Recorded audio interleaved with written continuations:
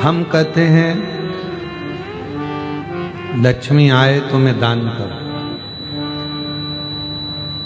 हम कहते हैं कि लक्ष्मी आएगी तो हम दान करेंगे, पैसा आएगा तो हम दान करेंगे, धर्म करेंगे, पुण्य करेंगे।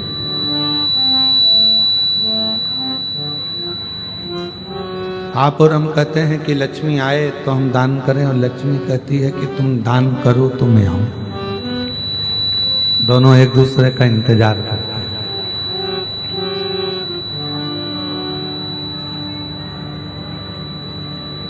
आप लक्ष्मी का इंतजार कर रहे हो कि वो आएगी तब मैं दान करूंगा, लक्ष्मी इंतजार कर रही है कि तू दान करना प्रारंभ कर तो मैं आना प्रारंभ करूं। दोनों इंतजार कर रहे हैं। अब जैसे लक्ष्मी कहती है कि तू दान कर और आप कहते हो कि आए तो दान करूं, उसी तरह शिव महापुराण भी कथा कहती है। लोग कहते हैं कि हम बहुत तकलीफ में हैं, बहुत दुख में हैं, बहुत कष्ट में हैं, बहुत प्रॉब्लम में हैं, तो भगवान शिव भी कहते हैं कि तुम एक बार मेरी शिव महापुराण की कथा तक पहुंच जा, फिर मैं तेरा दुख मिटाना प्रारंभ कर दूंगा, तेरी तकलीफ मिटाना प्रारंभ कर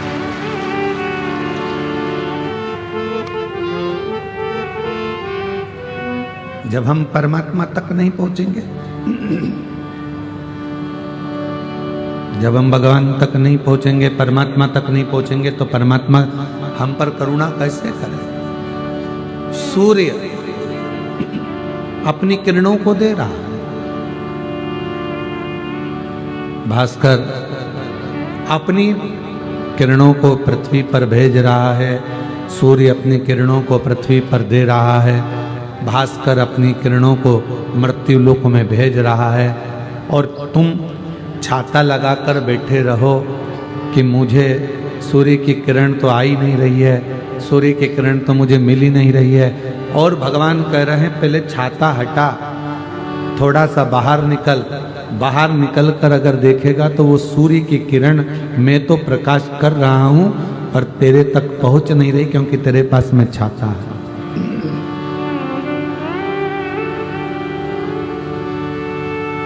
वो सूर्य की किरण आपके पास आ सकती है अगर आप ये अहंकार के छाते को थोड़ा दूर करो। सूर्य की किरण आ सकती है यदि आप अपने भीतर के संशय के छाते को, जो हमारे भीतर अविश्वास है, हमारे भीतर जब विश्वास नहीं होता तो वह अविश्वास अंदर प्रकट होता चला जाता।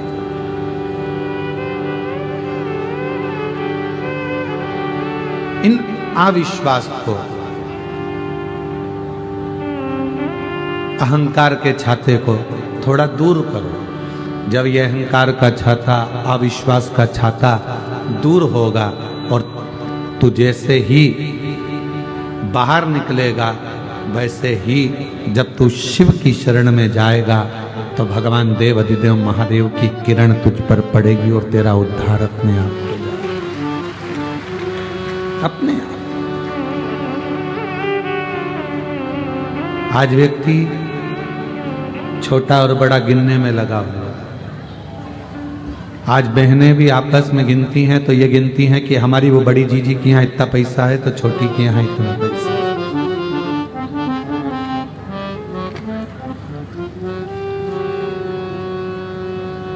आज बड़ा और छोटा गिनने में दुनिया लगी है। परशु महापुराण की कथा में भी वर्णन आया, ब्रह्मा जी ने भगवान शिव को बहुत छोटा गिना था।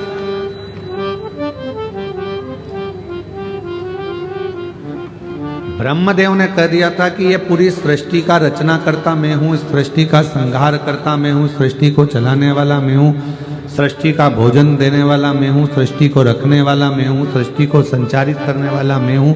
ये ब्रह्मा जी ने भगवान विष्णु के सामने, भगवान नारायण के सामने शिव जी को बहुत छोटा बता दिया, बहुत छोटा।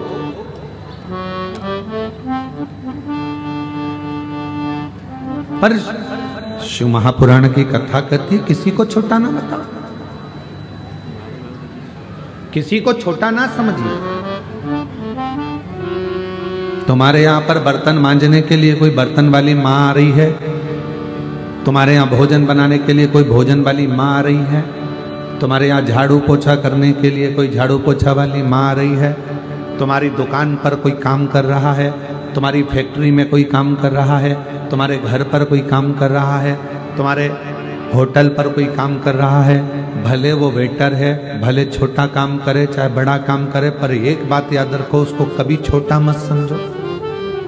ना जाने कब समय का पहिया बदलेगा और हो सकता है जिस होटल पर जो नौकर काम कर रहा है वो सेठ बन जाए और तू नौकर बन जाए, इसलिए जीवन का कोई भरोसा। जो तुम्हारे यहाँ काम कर रहा है हो सकता है कि एक दिन उसका भाग्य खुल जाए, शिव जी की कृपा से एक लोटे जल से उसकी किस्मत बदल जाए और वो करोड़पति बनकर बैठे। जीवन में कोई छोटा बड़ा ना समझे। हम क्यों छोटा समझे?